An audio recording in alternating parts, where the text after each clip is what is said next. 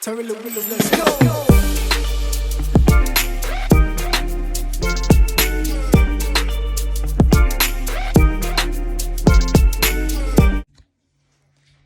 You are most probably so fed up with me. I'm not even going to use the word consistent because at this stage, like, I feel like that word is the enemy of progress. Anyway, in this YouTube video, I'm going to be talking about my diagnosis, how it started, what led me to even go to the doctors in the first place, and where I am now, because it's been a journey. It's going to be 6 years in March since I've been diagnosed, and I've learned a lot. Like, I've learned a lot about myself. I've learned a lot more about the disease, and I've learned a lot more about humans because humans are wild. But anyway, March 2015, I woke up and I had pins and needles in the soles of both feet. Normally, pins and needles at maximum last 30 seconds. It's going to be 7 years and I've still got them. However, thanks to a doctor that didn't really know what the hell I was talking about, she kind of just gave me everything I asked for in terms of medication. And yes, it's not great, but sometimes when your doctor isn't in tune with what you're trying to get across, and I know it's terrible, but you kind of have to look to Google, and that's what I did. Look to Google in terms of my symptoms, what I presented with, and I asked for a muscle relaxer, and I was fortunate that that actually helped for a few months, and it got my right leg back in action. I was fine. I was like, cool. Left leg was still a mess. So she done like a little neurological examination. It wasn't really much, like a couple prods and pokes and whatever. And then she was like, how about you go for an MRI? And bearing in mind, I presented in March and we was now talking about MRIs in like June, July. I had my MRI in Homerton Hospital. And I never mentioned the hospital because it's giving PTSD because these people did me dirty. But Homerton Hospital in November done my MRI, full body MRI, and they said to me if they found anything, they would call me and they'd let me know straight away. But I had an appointment, a follow-up appointment booked for the January, which I was fine with. And I took a half day off work, and the date came. The date of my appointment came and they cancelled. So I was like, oh, okay. You know, if you guys can cancel this appointment, clearly you've got nothing to say to me. So clearly, you know, I'm out of the danger zone. Whatever these pins and needles are, the show must go on. We'll figure it out at some point. I was wrong. So yeah, they cancelled the January appointment, rearranged it for March. In that time, I caught the flu, and if you know me, I'm a bit of a busybody, so I didn't stop. I was still going to work. I had Satsumas on my desk. I was like, yeah, all I need is a bit of vitamin C, I'll be fine. And at that point, I was commuting to work because I was working I'm from North London, so I was working for a borough in North London. I won't say. But it was an amazing borough, and my manager there, she was near enough, I don't even know. I feel like everything happens for a reason. She was a literal godsend. And it was someone that I would talk to all the time. And she had a friend with MS and she knew before I knew. And yeah, we'll get into that. But I was just taking vitamin C and I was like, no, I'm fine. And she even would say, like, tell you need to go home. And I was like, no, I'm all right. And then one day, I think it was like the Friday before Mother's Day. So it was Friday the 4th of March. Friday the 4th of March, I didn't go into work and I was just like, Alison, I can't do it. I'm done. I can't, like, I don't feel good. And I spent that day in bed. And then the Saturday, I got up and I had a shower because I was like, okay, I can't stay in bed all day, even if you're feeling a bit crappy. And I had to take some flowers to my friend's mum's house. And I was drying myself off. And then I noticed a puddle on the floor. But you know when something doesn't make sense? Because I was dry. Where did this puddle come from? And there's no way I would have had so much excess water to create such a big puddle. It wasn't water. And I can laugh about it now. But when it happened, I actually screamed. So throughout this whole time, I'm having the flu. my body, I was getting tingles all over my body and not realizing what was actually happening to my body. My neighbours, I'm so sorry. They're really loud.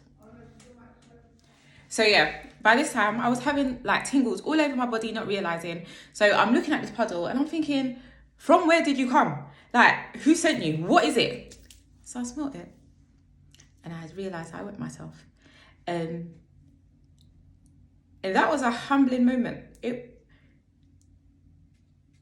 wasn't fun. And me being me, not one of my best points about myself, but I didn't say anything to anybody. The only person that knew was my friend Rochelle, who I was on the phone with. And I just kept on as normal. And I got dressed. I didn't manage to go to her house because I was down bad, but got dressed, sorted myself out, and I thought, okay, cool. Tomorrow's Mother's Day, got the family coming around. Let me see what I can do. And the next day being a Sunday, went to Morrison's, done a food shop, everything. I couldn't feel my feet. I don't actually know how, and I know it was very dangerous and obviously the wrong thing to do, but I don't know how I drove. But I did. And I remember getting home and even trying to cook, like trying to put a pot of water on the stove, like everything just seemed so difficult. And the evening came, like everybody was round and I was trying to plait my goddaughter's hair and I couldn't feel it. I couldn't feel my fingers. I couldn't grip her hair. And I was just sitting there. Obviously, I hadn't even told my mum. I hadn't said anything to anybody. And I was just sitting there thinking, what the bloody hell is happening to me? The Monday, didn't go to work. And I remember laying on the sofa and my mum came home and she was like, you're in pain, aren't you?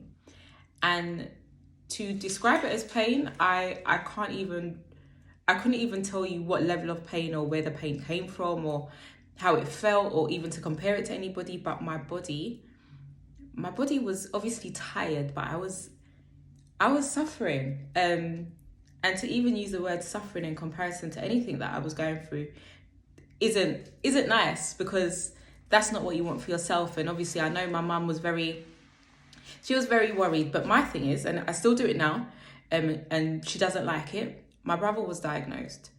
So I'm a person I'm still on my feet. So I always think to myself, right, my mum needs to sort out my brother. I can sort out myself. And I didn't say anything. So I didn't want to pack an overnight bag. She was like, go and pack an overnight bag. I was like, I'm not staying anywhere. We'll go, but I'm not staying. I was a cow. I was horrible. Even when I got there, I was so rude to the doctor. I was like, I've left my son at home. I'm going to call social services on myself. Obviously I didn't, because that would have been wild. But I just weren't, I wasn't impressed. I didn't want to be there. I knew there was something really, really wrong with me. And I was scared. I was honestly and genuinely scared. So I went to North Middlesex. It took North Middlesex 4 hours to get that MRI report and results from Homerton. And obviously, on reflection, it's because Homerton knew that they did wrong. Now, when you're going from hospital to hospital, there's obviously secure emails. It's not someone asking for it and asking for you to send it to their Outlook or their Hotmail. Like, what is wrong with you people? But anyway, I digress. And I remember they told me I was staying. I was like, I'm not staying anywhere. They put me on a ward. I was like, I want to go home now. And then everybody left me. And that ward was horrible. There was a lady on there and she screamed. She screamed all night. And I was like, what the hell? Backstory. Mother's Day, I had an argument with my son's dad. God rest his soul. And he didn't believe I was in hospital. So the Tuesday, I sent him a message and I was like, listen, you might have to pick up Johnny for me because I'm in hospital. And he was like, hospital where? After you literally just cussed me out, how are you in hospital? What's wrong with you? And I explained it to him and he didn't believe me. And then he was like, prove it. So I went to send him a picture of the hospital bed, like my foot in the hospital bed kind of thing. And instead of sending it privately to him, I sent it to my whole Snap story. Yeah, anyway, we'll get into that. So yeah, the Tuesday, a specialist came around and he was just like talking to me and asking me how I felt. And I told him like I was open and honest and my mum was there.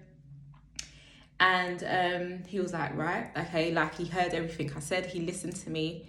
And then he said, based on obviously the findings from the MRI report and how you've presented yourself to us, it is conclusive of multiple sclerosis. And I don't want to say my heart dropped because I feel like I was definitely at peace with my diagnosis. However, I was confused. So I've been researching multiple sclerosis since about 2011 because when my brother got diagnosed, these healthcare professionals didn't do what they needed to do for the boy. Like, they really didn't. And a young black man at the age of 21, it was difficult. The care, he didn't get it. So I was like, even if I have a better understanding as big sis of what he's potentially going through, it could maybe, you know, be a bit of a help, like if we're having conversations about it. So my confusion came from the fact that multiple sclerosis isn't supposed to be hereditary. So how our two siblings, how do we both have it? And I'm sure at that point, my face was just like, what? But then I was like, okay, cool. What do we do next? And my mum was sitting there and the consultant was standing there looking at me as if to say, is this girl all right? Did she hear what I just said to her?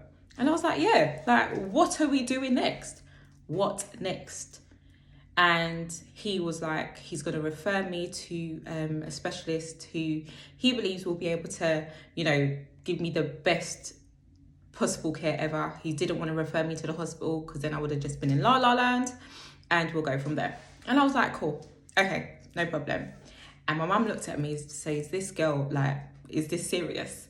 And the doctor was like, are you sure everything's all right? I was like, yeah, I'm fine. So because I'd had, I think, 5 major relapses in that short space of time, but I didn't know because Homerton didn't tell me I had MS. As far as I was concerned, it was all in my head. And I had got misdiagnosed from the GP, bless her. And I was just like, sis, it's none of them things, but thank you for giving me the medication without questioning me. Hats off to you. And they put me on a course of steroids. And that day was different. So my friend Michelle, she came to the hospital, and we took a picture together, and I looked at that picture the other day, and even remembering where I was in my life was horrible. I was like, wow, thank God for growth, honestly, because that was not fun at all. So they put me on a course of steroids, and that's when everything on paper started. And I remember having a conversation with my mum, and mum was like, listen, you've got to let people know. And I was like, let people know? I'm not telling anybody. I'm not saying a word. Turn the wheel, let's go.